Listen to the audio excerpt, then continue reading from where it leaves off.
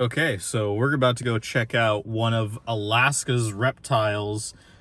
Not the biggest rescue, but one of the bigger education and just kind of reptile-centered hobbyist here in the state. Mostly, I mean, there's some other stuff probably around like Fairbanks and stuff, but we're here in Anchorage, and we're going to go check out some really cool people and some really cool reptiles. Let's go. All right, cool. So we're here with Reptile Barn, one of the premier places in all of the state of Alaska. Definitely in Anchorage for sure. And what do we got going on? So my name's Colin. My family, so it's my wife and I, and then my brother and his family. We co-own the business all together. We take care of all the animals together. We got started in 2015, so we're not that deep in, but long enough to have seen some things. Know enough to be a little dangerous. Yeah, yeah. And we're not a big business by any stretch. We're in our house, self-made racks and everything. But as far as Alaska goes, I don't know of any other breeders who have as many animals as we do. Right. There's a rescue that's really excellent. There's some hobbyists, but as far as people breeding, it's very small scale up here still in the state. But so we're determined though to go full bore. We'd like to do it, full time. Nice. Mostly ball eventually. pythons? Yeah, so we started with ball pythons. That's what we have the most of. Mm-hmm. We've begun, carefully adding more species as we're able to. Right. As we learn enough about them, and we'll show a bunch of other species as well. Sounds good. But yeah, we started with ball pythons. That's what we're most heavily invested in, certainly. That's how a lot of people get their start, us Right, included. right. And sure. I still love them. We'll always keep them. Even Yeah. if we become super successful, I still love them. I think they're great animals. People rag on them as pet rocks, but I love them. I have over 60 at least, probably actually getting close to that 100 mark. Yep. And I still rag on them too, but I'm just as guilty as everybody else. Yep. They're just awesome, Yep. They're so friendly. They're not that big. They are easy to keep. There's so many colors. Yep. I just don't know what's not to love about them. If people want a huge, exciting reptile, of course, there's other things, there's but- plenty of options. Right. So what do we got here? So this is a citrus ghost. It is a line of hypo, supposedly, but it is not compatible with any other ghost that I know of. Not very many people are working with it. We have had her for a while, honestly. We haven't pushed it that hard. Mm-hmm. Several years ago, we bred her to a banana. We got some banana het citrus ghosts. When we got around to breeding them back, though, they just look like bananas. Yeah. The visuals, they still just look like bananas. So we've learned since, better things to combine into various projects. So we'll try some dark genes, some pattern mutations, rather than, just another bright, overpowering color like a banana. I bet like a chocolate pinstripe. Yeah, exactly. So That this sort of guy is a pastel Wookiee. Okay. And Wookiee is getting popular now. Yeah. It seems like if a big breeder makes a cool project with something, a new combination comes out, then all of a sudden it gets popular. But we've liked Wookiee for years. It was just so expensive, But we got this guy. He's growing up. Obviously, he's not breeding yet. But and I think Wookiees honestly look better with other dark stuff. The pastel kind of makes it just look like a dark pastel. A little bit, but yeah, you can tell there's something else going on. Right. The reason we got the pastel Wookiees is because we really want to put them into Desert Ghost. Makes sense. And pastel with Desert Ghost looks amazing. Yes, it does. So we figured, even though he himself isn't as popping as he could be with another combo, the things we want to make with him ought to be excellent. Cool. Of them. 3 males and 4 females. These are double het Desert Ghost pies. Nice. Very excited. And we try and avoid inbreeding as much as we can. So generally with these double het projects, we're going to keep back a couple females, sell all the males, and buy a male from someone else. Makes sense. And that way we could even get, a cinnamon double het Desert Ghost pie or whatever. Add one more gene into the combo. Obviously it'll be years before these are grown up. So we'll keep a couple of females from this clutch. But we're really excited about Desert Ghost. It's such a cool project. It's the first gene we ever bought in That's ball awesome. pythons. That is. You're already off to a better start than a lot of people get going. I wish I could claim that it was like we were so smart. We just saw it, and we were thinking like we really want to do this. Let's buy a small group of snakes. This was back in 2015. Yeah. And we were on Fred Kick's website, Kick's Balls. Yep. And he had a bunch of Desert Ghost stuff for sale, and we got, I think, 5 of them, a male and 4 females. Wow. Hets. The females were hets. Hey, only the male was visual. That's a good solid jump in. Yeah. It was awesome, and we've been producing them ever since. So this is a visual Desert Ghost, obviously. Yep. Female. She's ready to breed. In fact, we've started pairing her. I just love this gene.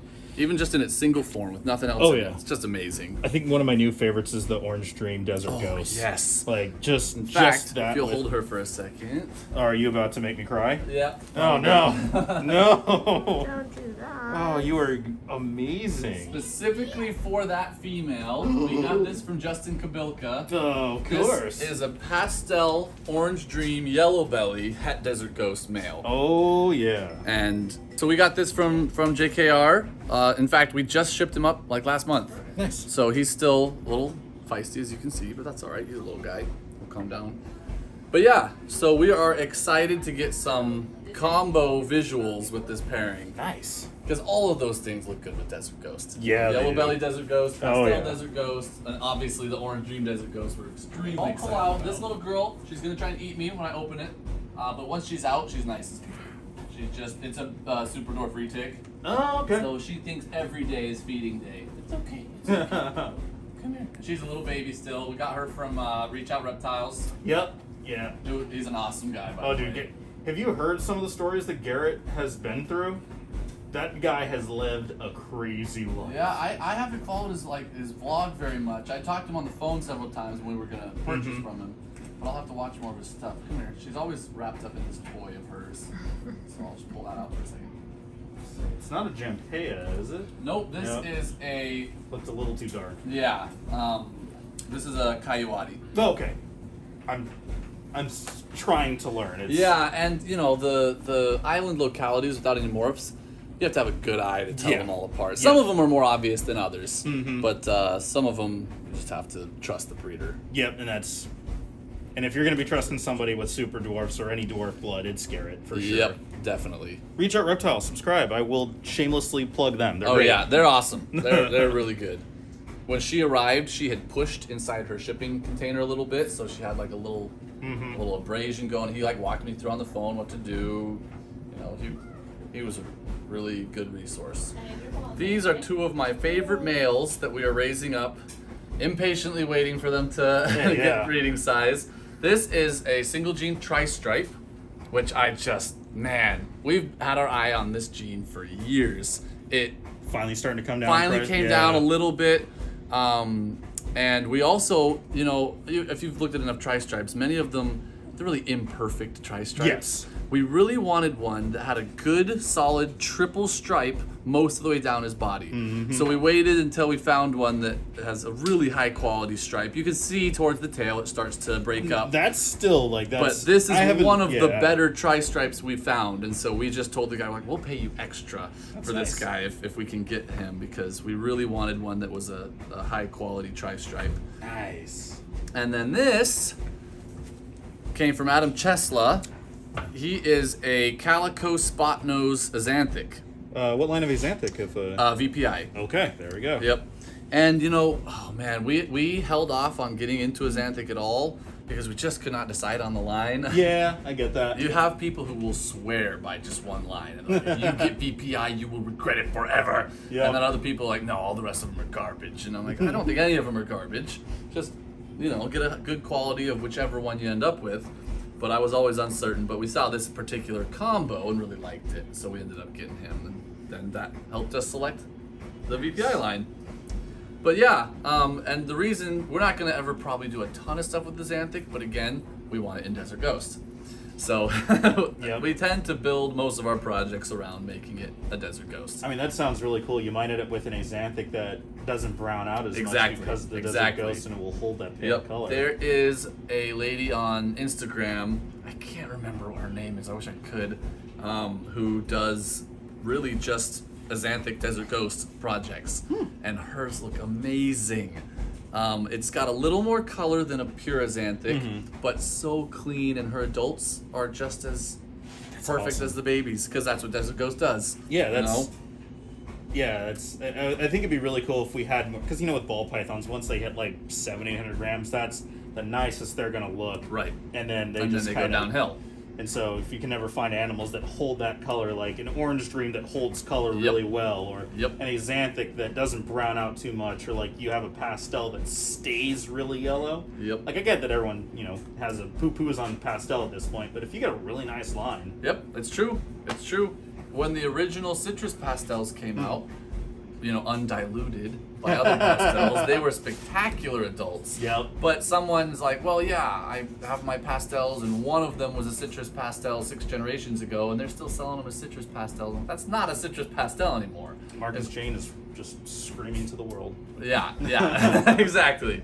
But anyway, yeah, so we will hopefully just use Desert Ghost in any particular project to kind of improve the look of the adults. Little pancake tortoises. This is full grown, as far as I'm aware. We don't breed any of the tortoises. They're just pets. There was a tortoise rescue that she had to move, so she had several tortoises that she was trying to find a home for. We're like, we'll take some. And all of ours are boys, so they don't breed or anything, obviously. Okay. But they're awesome. The kids love them, and we do some like birthday parties and things like that. And there's always 1 or 2 kids that are really nervous of the snakes, and I feel bad. So it's nice to bring something like a tortoise, where they can participate, and actually pet them and not be scared. And you have mostly snakes? Yeah. So we keep blue tree monitors, black tree monitors, and sailfin dragons are our lizards right now. You really do just go all in when you start a project, don't you? Yeah, so it was funny. We were talking to some people about getting into lizards, and everyone has this concept in their mind. Oh, you should get a starter lizard to get used to it. And I'm like, I understand where they're coming from, because you don't want to get an animal that you can't take care of. Correct. If you don't understand their husbandry, if they're just going to be too high maintenance for you, and generally you're not going to end up enjoying it. I understand that advice, but I was like, I don't want a leopard gecko. I love leopard geckos, but I don't want a leopard gecko. Yeah. I want a blue tree monitor. There you So we spent a good 2 years researching, building enclosures, getting ready. I talked to Brandon from Canadian Cold Blood, who's one of the premier tree monitor breeders of the world. I've talked to him.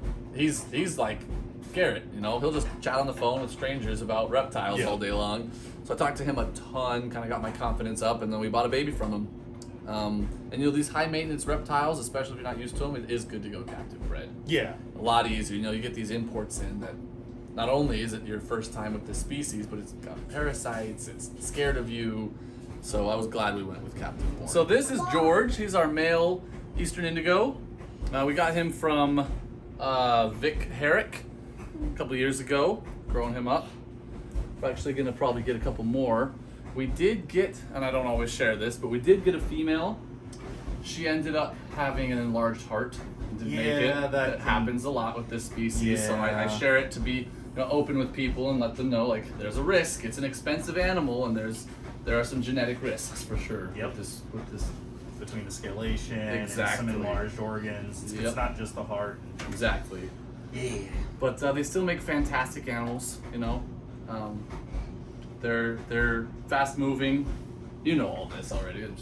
The more you share, the more you know, right? I love feeding these guys. I love it. They will eat just like it's the happiest day of their life. They love it, I could wake him up at 3 a.m. He's dead asleep, and he will eat. Yeah. I try not to do that, obviously, but and I feed him salmon. I feed him quail. He'll eat eggs. I was just gonna ask, do you switch it up? Yep. Nice. He seems to like it better that way. Yeah. He gets plenty of rodents. It's a good complete nutrition for a snake generally, but he loves when I give him fish, or it makes for some nasty poop.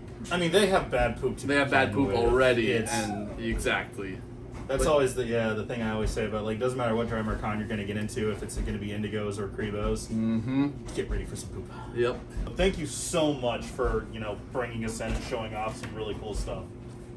It's really, really cool. Like, I know I did the exact same thing that I'm sure everyone watching this video outside of, the locals here went, Alaska, they have reptiles? Right. But it's not only really cool to see this kind of really cool, close-knit community that seems to be exponentially exploding in popularity. It is. But you're working with some really cool stuff that I've seen some collections. I'm like, yeah, that's some really nice stuff. Oh, that's really cool. But you have some stuff that makes me go, oh man. So that was really cool, and thank you so much for giving us time out of your day, because I get that this is very time consuming. Yeah, no, this was awesome. I don't get to meet a ton of people who really know their way around the reptile hobby. Like you said, the community up here is growing massively. But as far as people who are doing it on any sort of scale at all, it's not a lot. Yeah, so it's very nice to meet other enthusiastic, knowledgeable keepers. And I don't want to bash on Alaska keepers. There's spectacular keepers up here as well. But the population up here is just tiny as well. Yep. There's not that many people, and there's only a subset of those who are going to be enthusiastic reptile keepers. So exactly. I always will talk snakes with anyone who wants to. Yeah, I know. It can get me into trouble. An hour will turn into an afternoon very quickly. But thank you again so much. For anyone out there, please subscribe to their stuff. I'll put their links down below. Check out their Instagram, their Facebook, their YouTube for their vlogs, for all of that fun stuff. And hopefully stay tuned for some future cooperation and business dealings, both with snakes and with some other really cool projects down the road.